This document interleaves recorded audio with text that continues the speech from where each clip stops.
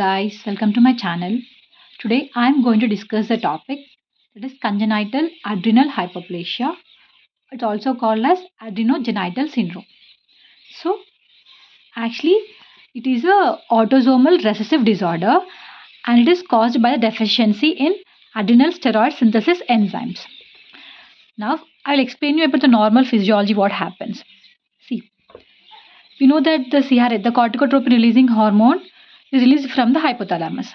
So this acts on the anterior pituitary, and from that adrenocorticotropic hormone is released, and from that adrenocorticotropic hormone acts on the adrenal gland, and the cholesterol which is present in the adrenal gland is used, and it synthesizes pregnenolone, and from that we'll get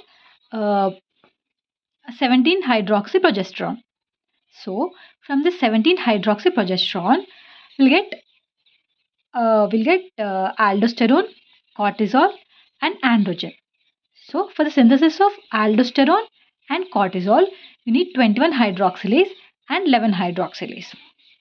But in this congenital adrenal hyperplasia we have the deficiency of 21 hydroxylase and 11 hydroxylase. So the aldosterone and the cortisol synthesis is decreased. So because of the deficiency of 21 hydroxylase and 11 hydroxylase, there is a decreased synthesis or absence of synthesis of the aldosterone and cortisol. Production doesn't happen, or the production decreases. So now what happens is, I forgot to say this. This cortisol have a negative feedback on the adrenocorticotropic hormone.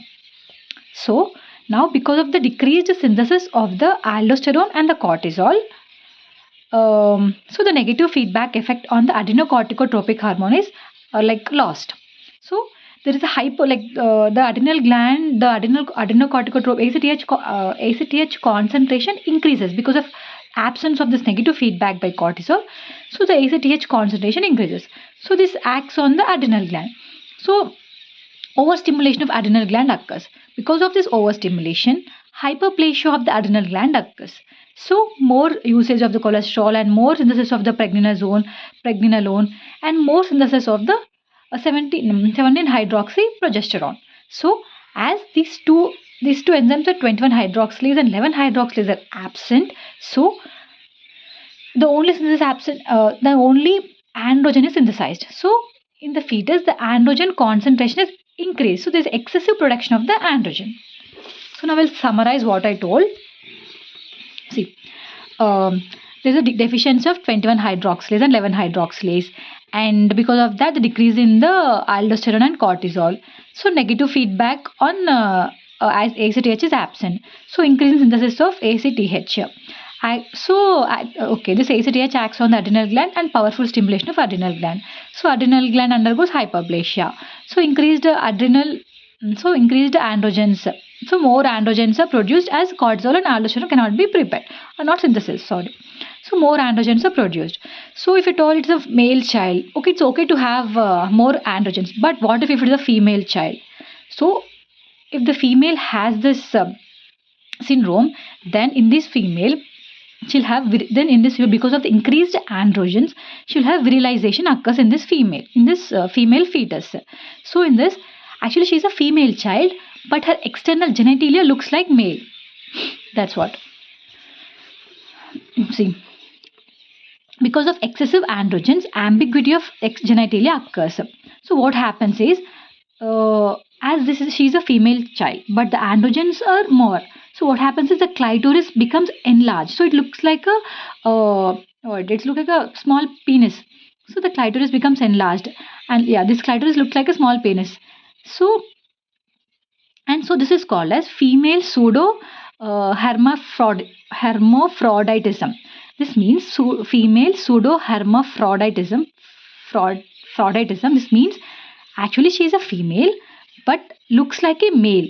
Why? Because of increased androgens. So what's her karyotype? Actually she is a female fetus. So 46X is her karyotype. So if we do ultrasound in this female, we will see uterus, fallopian tube and cervix are present. Now as she is a female, for sure we'll have the bar body is present and clinical features. So we can see the clitoris is enlarged. So because of the androgens, the clitoris is enlarged. So clitoromegaly is seen. And labia majora fuse and appears like a scrotum. See, the labia majora, these labia majora fuse and it appears like a scrotum. Okay, labia majora fuse and appears like a scrotum. Okay, and genital folds fuse to form a penile urethra. Okay, and as we already discussed the deficiency of aldosterone and cortisone, so we have hyponatremia, hyperkalemia, and hypotension. So because of the deficiency of this cortisol and aldosterone, we'll have this electrolyte imbalance due to increased aldosterone and cortisol. So now what we'll see in this laboratory if we do investigations. So we know that there's increase in the 17 hydroxyprogesterone is elevated. So we already saw, yeah. So because in this will the 17 hydroxyprogesterone is elevated. What is the treatment?